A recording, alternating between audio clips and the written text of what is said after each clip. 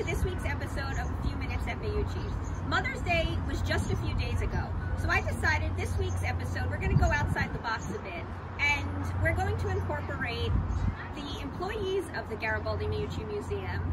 I put them on the spot, and I asked them what food reminded them of their mothers, grandmothers, aunts, any mother figure in their life. Come inside and we'll see what they say. Most of the cooking in my family, the experimental cooking and the more exciting recipes come from my grandfather and my brother, but my grandmother makes the best rice. Anytime she uses rice with anything, it always comes out great. So either rice balls or Rice Krispie treats cannot be beat. Rice balls, I have no idea how she makes them. I don't think she knows how she makes them either.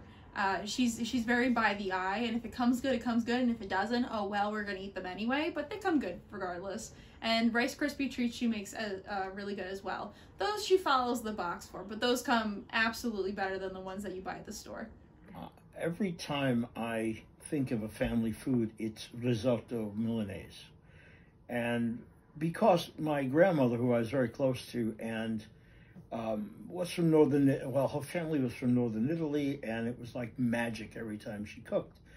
And I was a small child, and I was pretty much housebound, had some illnesses, and she would babysit for me quite often. And we'd go in the kitchen, and she'd make me work with her. And the smells and the sights in that kitchen were just fantasy land. It was beautiful. And what she would tell me to do was to cook by nose. Never measure anything. You never have to follow a recipe. You just know it. And when everything was spiced just the right way, you would smell it right away. The secret in Northern Italian cooking, and I don't think I'm giving anything away, is a combination of a base of butter, nutmeg and black pepper, and Parmesan cheese. So just about anything you want to make in Northern cooking, which uses a lot of rice and a lot of meat, you would have those ingredients as part of it. And I remember potting a combination of veal, beef, and Luganica sausage. Potting it, just putting it in the base of a pot with some butter and chicken soup. And the aroma that came off of that was magic. And then we would layer arboro rice and raw, and cheese and nutmeg and pepper, and then this combination of chicken soup and saffron, which made it golden. And we would do layer after layer and stir continuously. And what was produced out of there is my memory of the favorite thing for my entire family. The smell, the taste, the happiness that it lasted for days and days and days of leftovers. And that's my memory for Mother's Day.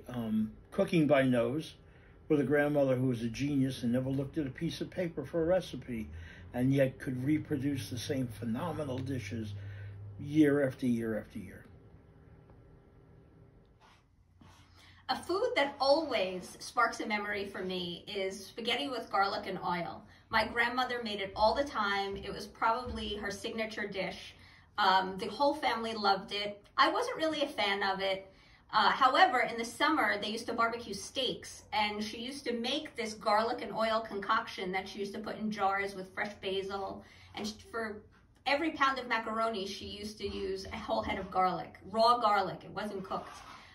So I didn't like it on the macaroni, but in the summer, they would grill steaks, and she would pour it on top of the steaks, and I loved it. It always, spaghetti with garlic and oil, always makes me think of my grandmother.